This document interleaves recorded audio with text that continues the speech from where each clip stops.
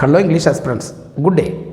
நம்ம அன்பு தொல்லை, ஆர்வ கோளாறு, இந்த மாதிரி எக்ஸ்ப்ரெஷன்ஸ் எல்லாம் நம்ம அன்றாட வாழ்க்கையில் நிறைய பேர் பயன்படுத்துகிற பார்த்துருப்போம். இதில் என்ன ஸ்பெஷாலிட்டினா, ஒன்றுக்கு ஒன்று எதிர்மறையான வார்த்தைகளை ஒன்றை ஒட்டி ஒன்று போட்டு பேசும்போது அது கேட்குறதுக்கு அது ஒரு சுவையாக தான் இருக்குது. இந்த மாதிரி விஷயங்களை நம்ம இங்கிலீஷில் எப்படி சொல்கிறது, இன்னும் இந்த மாதிரி இருக்கா அப்படிங்கிறத தான் நம்ம இன்றைக்கி பார்க்க போகிறோம். கண்டென்ட்டுக்குள்ளே போகலாமா?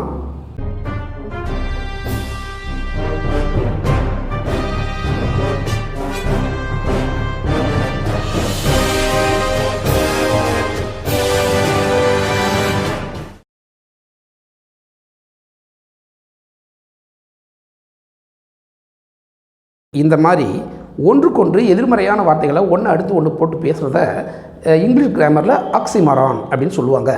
தமிழில் முரண்தொடை அப்படின்னு சொல்லுவாங்க. இது திரைப்படங்களை கூட நம்ம பார்க்க முடியும். காதல் பேசாசு அப்படின்னு பாட்டு கேட்டிருப்போம், லவ் கோஸ்ட். டி ராஜேந்திரன் தன்னுடைய படம் ஒன்றில் ஒரு குழந்தை பாடும் தாலாட்டுன்னு ஒரு பாட்டு எழுதியிருப்பார். அந்த பாட்டு முழுக்கவே நீங்கள் நிறைய ஆக்சிமரான்ஸாக பார்க்க முடியும். இந்த குழந்தை பாடும் தாலாட்டு அப்படிங்கிறதே ஒரு ஆக்சிமரான் தான். அதாவது லல்லபை பை பேபி சொல்ல முடியும்.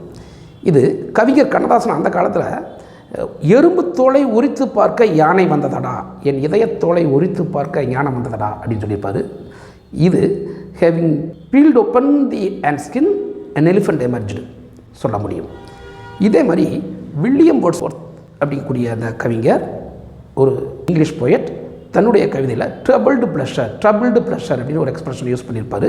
அதாவது தொந்தரவான ஒரு சுகம் அப்படிங்கிற அர்த்தம். அதுக்கு தொந்தரவான சுகம் அப்படின்னு அர்த்தம். அந்த மாதிரி அவர் பயன்படுத்தியிருப்பார். இந்த மாதிரி நம்ம நிறைய பார்க்க முடியும்.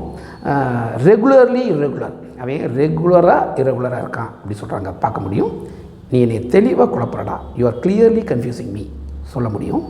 இது என்னுடைய போயம் உள்ள கூட caught at sincerely by reliable traitors அப்படின்னு சொல்லியிருப்பேன். அதாவது நம்பிக்கைக்குரிய துரோகிகளால் படு சிரத்தையாக காவல் புரியப்பட்டு அப்படின்னு, அதாவது வேனிட்டின்னு ஒரு போயம், அதில் இதை சொல்லியிருப்பேன்.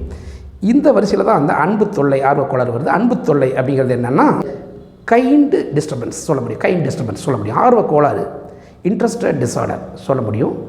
ஸோ இதெல்லாம் கேட்பதற்கு இன்ட்ரெஸ்டிங்கான expressions. Hope you understood the concept and enjoyed learning. We shall meet again.